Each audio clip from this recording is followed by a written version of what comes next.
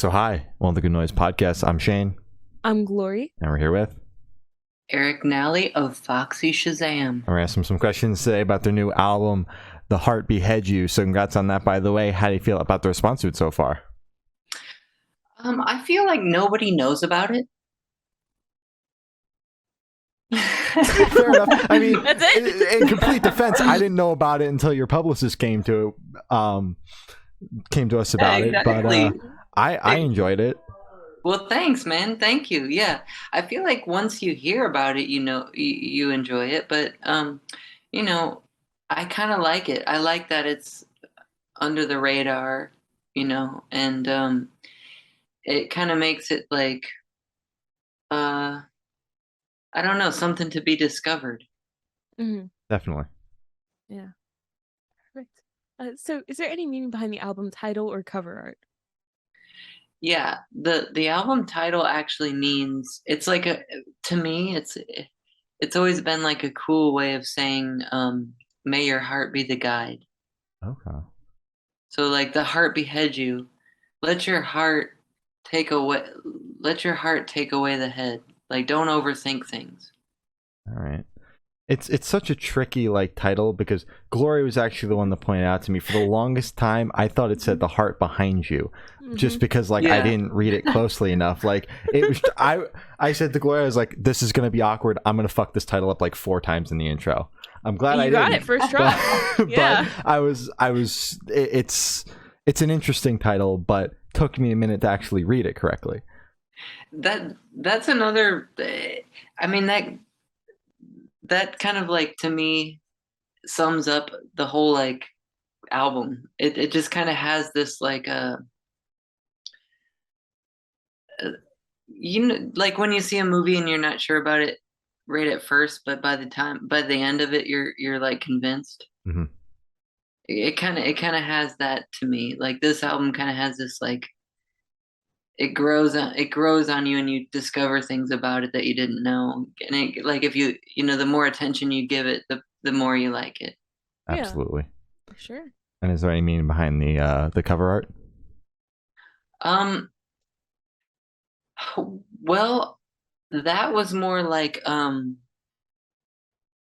that was more of just kind of based off of I think the words they're like visual pictures of what the words say, but for for me the words mean something, and then I said that to the guy I work closely with for our visuals and our graphics and stuff, and he interpreted it that way, which I don't try to I,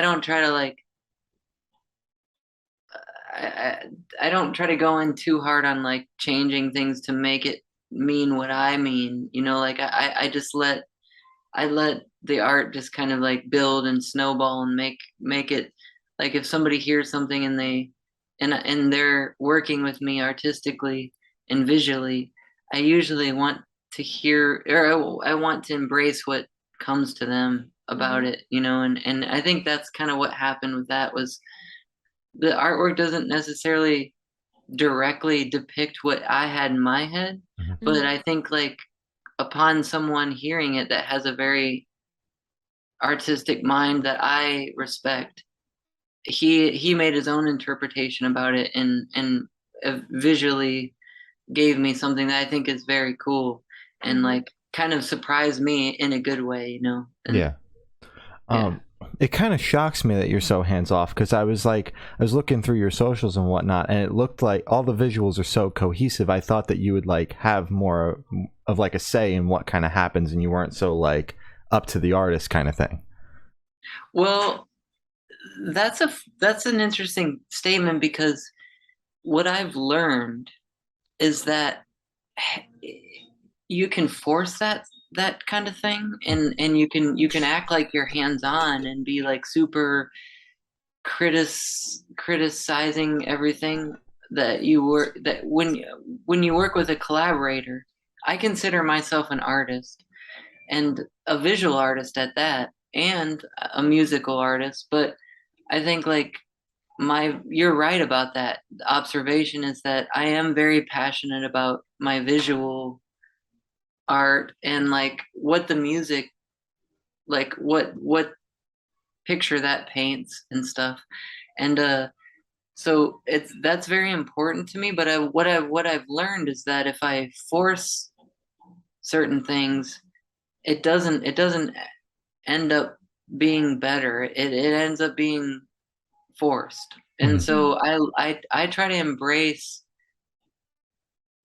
collaboration in a way that makes it kind of like I actually am curating it, Mm-hmm. but it's not like forced. That It's makes it's sense. just more embraced and more like because nothing's going to change the fact that I'm Foxy Shazam, my band is Foxy Shazam, and we're bringing that flavor, and then Mm-hmm. whoever helps and collaborates is going off of that. So I kind of feel still in control. You know what I mean? Hmm.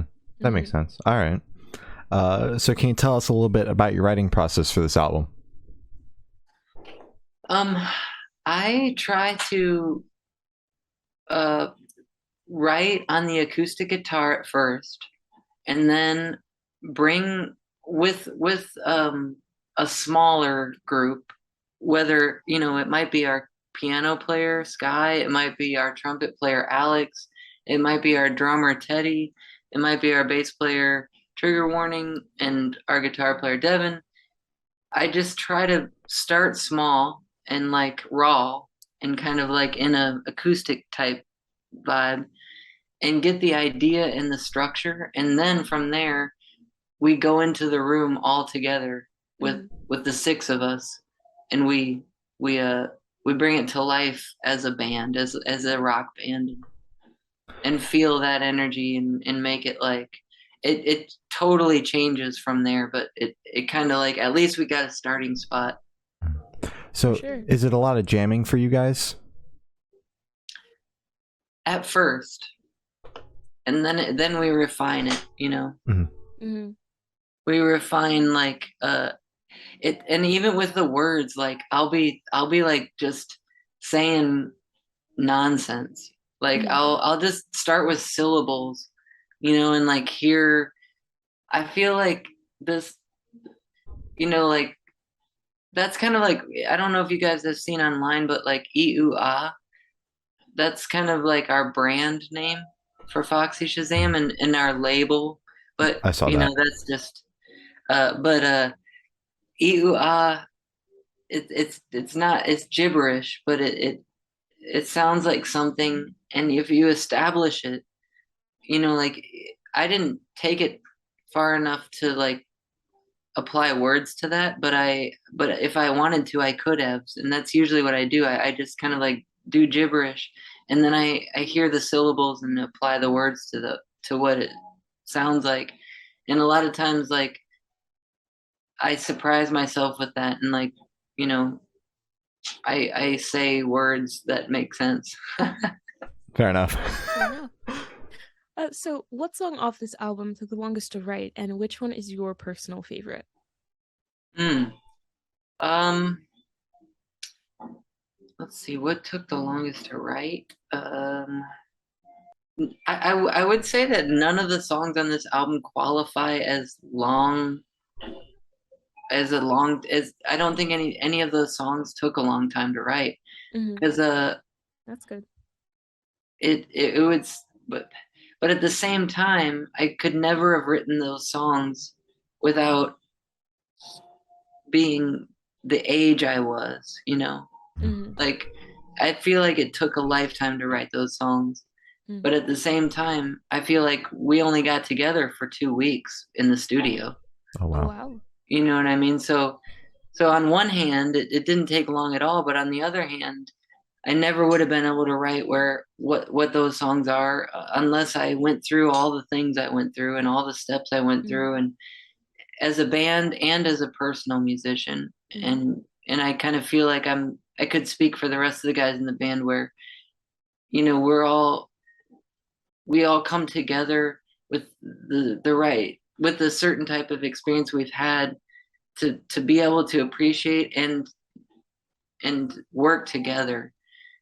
in that moment, which makes everything work faster.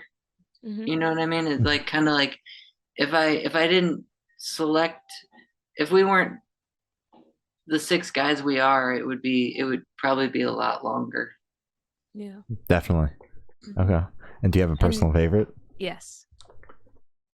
Um, I think A Love Like This is my personal favorite. It's the last song on the album, but it also changes into like a a kind of like medley of the first song on the album, and that's one of the reasons why I like it so much is because it if you listen, and not a lot of people catch this, but if you do, it's cool because it's like uh the end song is the same as the first song, but we interpret it differently at the end, so it's not played the same way. It's just using the same lyrics and using the same melody, and then the rhythm changes up a little bit and the notes change up a little bit, but it ends on the same note. The album ends on the same note that the album starts on.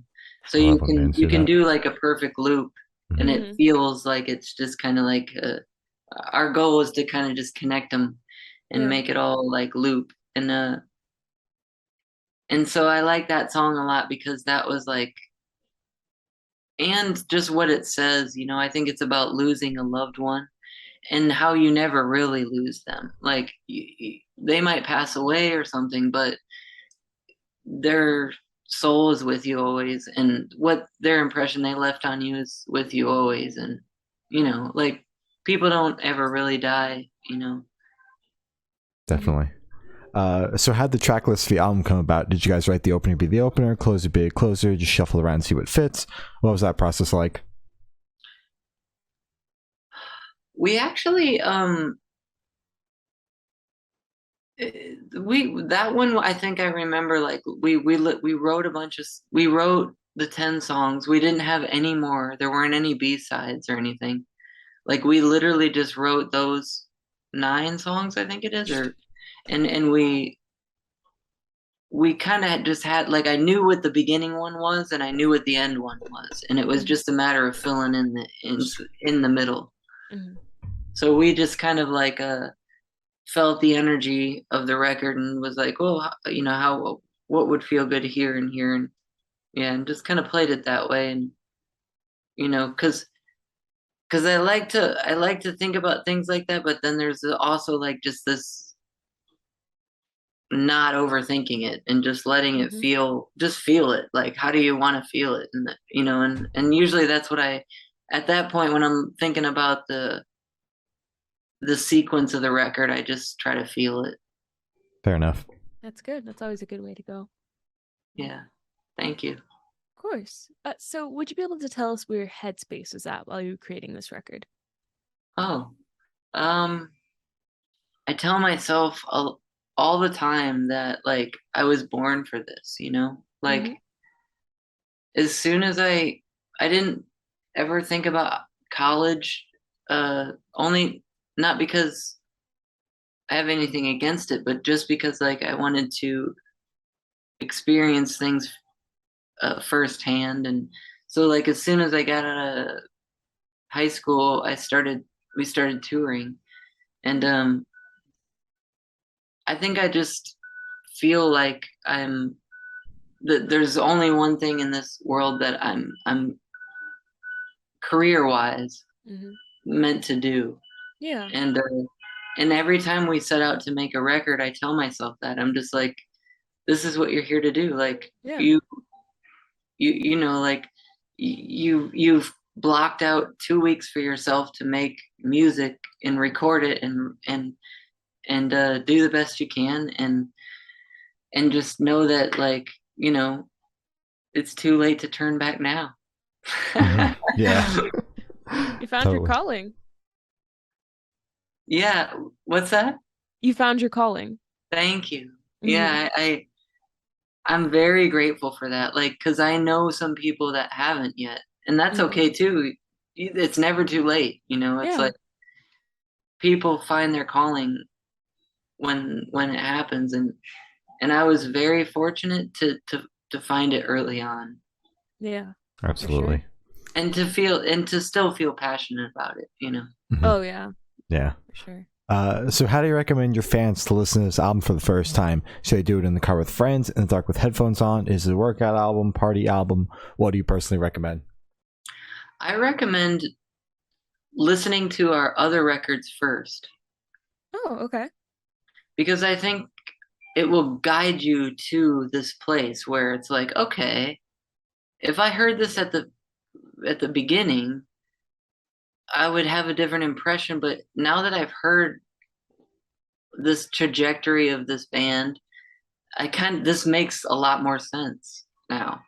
Hmm. Mhm. So I would just give that advice where it's like, but also it works as a new listen too. Like I'm happy for people to do that as well, Hmm. and like there's nothing wrong with that. I just think that this album in particular, like some albums we have, you don't need that, but I think this one can benefit from like knowing a little bit of the other stuff, you know, Hmm. and being like, like because production wise, we literally just went we were in a practice rehearsal space and we set up microphones and like played live the whole song. Oh, that's And awesome. then like I Wow. went back in and recorded vocals afterwards, but most everything is just kind of like recorded live, like we just played it. So so I I think you just kind of feel this sense that like maybe the production isn't like super swanky or whatever, but and then on some of our other records the production is really fancy. So you could kind of appreciate the band in that light. And Mhm. then after you know that then you can kind of go to this one and be like, "Oh, okay, so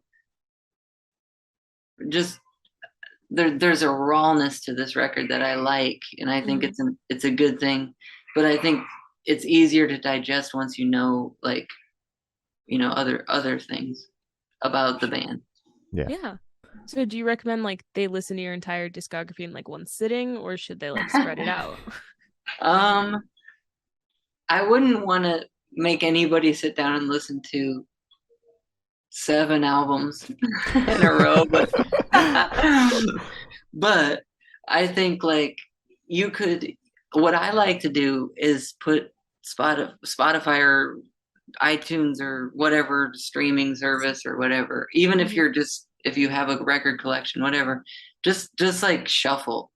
You know what I mean? Like Oh, just put it on random and shuffle and like let it all hit you in different like from different times from different places and let it kind of build up this all over the place vibe. I love that, you know, Okay. that's because then really different. that's when you kind of start to realize that there was a consistency the whole time. Hmm. And I'm someone who like that it does that for me too. I'm like I didn't realize this is so consistent. Yeah. You know, We it rarely surprises me too. Yeah, we rarely have artists who say that they don't mind if you like hit shuffle on the album on your discography. So it's really interesting to hear like, hey, put all of our albums in one playlist and just hit shuffle and just let it hit you one by one. That's Yeah, just so you don't really mind how people kind of consume your work, I guess. You're not like, okay, you need to hear it front to back and then just go from there. You don't really mind. I when I make the record, my Hmm. intention is to make a from track one to track whatever the ending is. Hmm. I'm thinking about that. Hmm.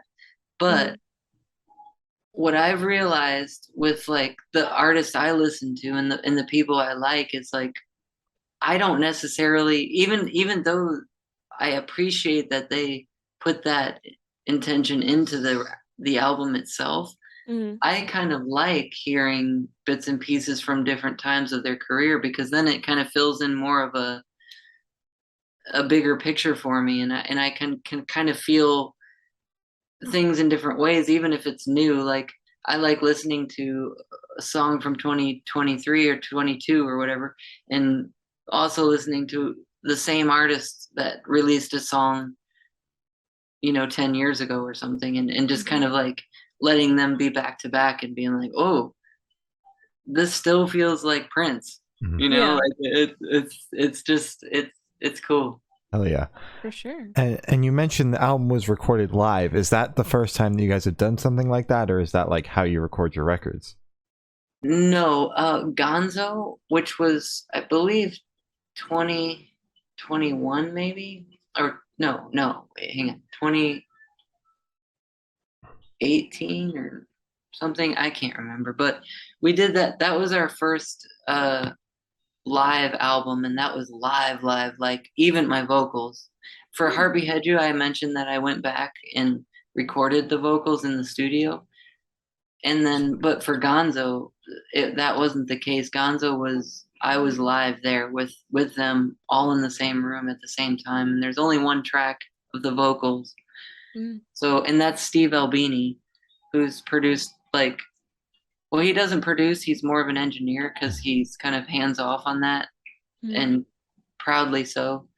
But that was the first time in our career where we like, let's rehearse this stuff and get it in our bones and get it in our blood and be able to go into the studio and play it for real live, like on the spot.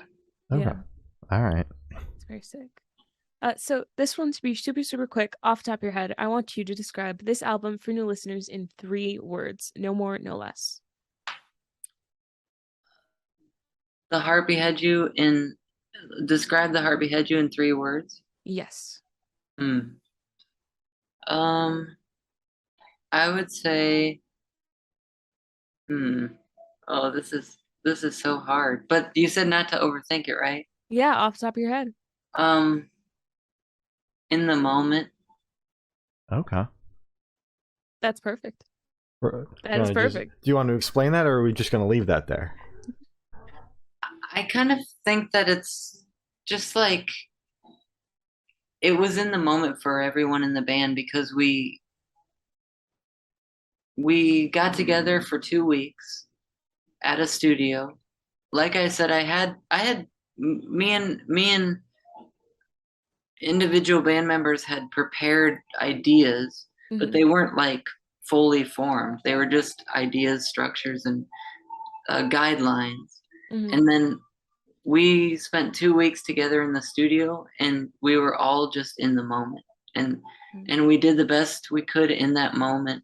And where we were in the time, is recent, and like I'm just proud of that because those recent times were, as we all know, we've all been through that. We've been just being in the now of what's going on, and like it's just kind of grateful to be present and being able to be an artist and capturing that moment, being in the moment and capturing it. All right. So in that same train of thought, is there a certain feeling or emotion you want listeners to have while going through the album? I think I'd like people to hear the album. The word that comes to mind is like innocent, like innocently, like just we're not trying to be aggressive or anything. It's just kind of like an innocent art thing that like I want people to like it, but I don't care if anyone likes it, if that makes any sense. Yeah, fair enough. Yeah, I like that. So what is your favorite memory that you made while creating this album? So at the studio that we played at, it's called the Lodge, KY. It's in Kentucky, and right across the river. We're from Cincinnati, and like you can see Kentucky from Cincinnati. And we wrote and recorded the record at the Lodge, but in the room there's this fire escape behind the stage, and like it's kind of a dark room. There's no windows, so like we would go like in between songs or sets, when we're writing, we would go out behind the stage and stand on the fire escape, and it like looks out over the city and over the water. And I just remember like standing out there getting fresh air and like feeling inspired. Like we're writing a record and just being out there with the band, and like it just felt really powerful and cool. Like, and that's the memory I always think about, like, just and it's also a little scary because it's really high up, and like I'm not sure if it can support 6 guys, but we went out there anyway. Yeah. Well, you're still here, so Exactly. Yeah. So picture this: you're on tour, you're at a gas station for a rest stop. What is your snack of choice? Oh, sunflower seeds for sure. Salsa sunflower seeds. Salsa? Yeah. It usually at gas stations it's David. Like that's the name of the brand of the sunflower seed. And they used to make salsa, but now I think it's like Taco Bell. Oh. It's like a collaboration of David sunflower seeds and Taco Bell. Yeah. And that used to be the salsa flavor, but I think they just like collabed with Taco Bell and was like, hey, let's we got the name on there. Yeah. New flavor. Yeah. Okay. Right. I didn't know that was the thing. That's really cool. I'm gonna have to look out for them. And water. The trick to tour is water, water, water. If any bands are watching this and you're touring, drink water. Agreed. Drink water. All right. At gas You'll be station, stopping like every 30 minutes though. Yeah. Oh yeah. Yeah.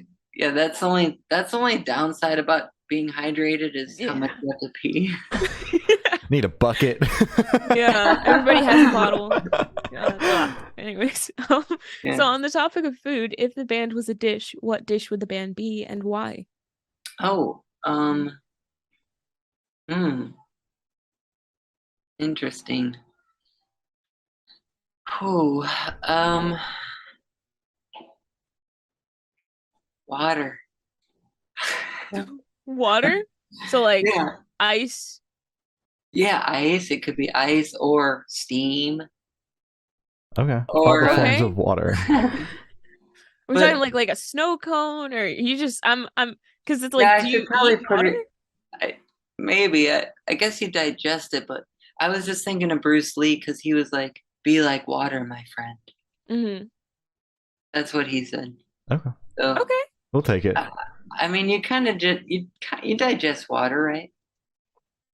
I don't think you digest it. I'm pretty sure it gets. I just saw a TikTok about this. This is so weird. It gets like absorbed into like your bloodstreams. And then you pee it so out. I don't think you technically like. It's like air. Yeah. Yeah. But I mean, it's like everybody needs water, so I guess everybody needs your band. Yeah. There you go. There you go. Thank you. That's good. But also, if you wanted me to get more foodie with it, then I think rice. Rice. Okay. Are we talking like jasmine, brown, white? Ooh, jasmine's my favorite, but any kind. All right, that's good. Just plain jasmine rice. Maybe just plain, not jasmine. Oh, okay. So just white rice. You can add any flavor. Ooh, brown rice. Brown rice. Okay, yeah. Perfect. All right. So for the last couple questions, we're going to shift completely away from music and go straight to death row. Boom. So if you're on death row, what would your last meal be with a drink? Sushi. Taste. Nigiri. Salmon. And my last drink. Oh. I'm gonna laugh if you say water. Yeah. Is it like flavored water, sparkling? What are we talking about? I might do sparkling. Yeah, just because it's my last one, you know. Exactly. Go. It's a treat. Gotta get fancy with it. Yeah. Do you have a special flavor of sparkling water? I'm sorry, I'm getting like hyper specific. Definitely plain. And if not, you lost me with that one, Eric. It's seltzer water, plain original seltzer. But if I had to pick a flavor, it'd be either lime or pomegranate. Okay, I respect those. I like those. Good choice. Good choice. So, if you could live in one fictional world for a week, where would you live?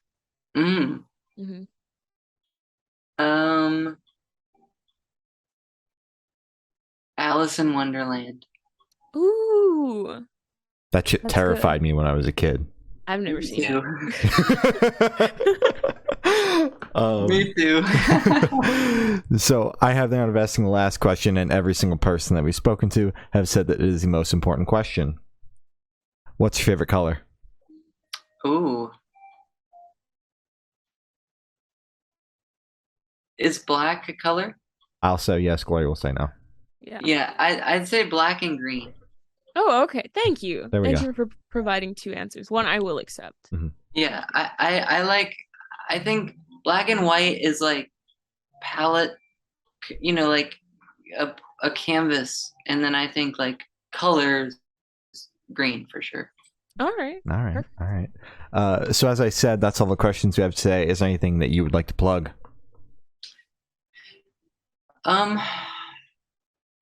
Foxy Shazam's constantly working on music. We already got 2 albums in the works Holy shit. that Oh have my not been God. released yet.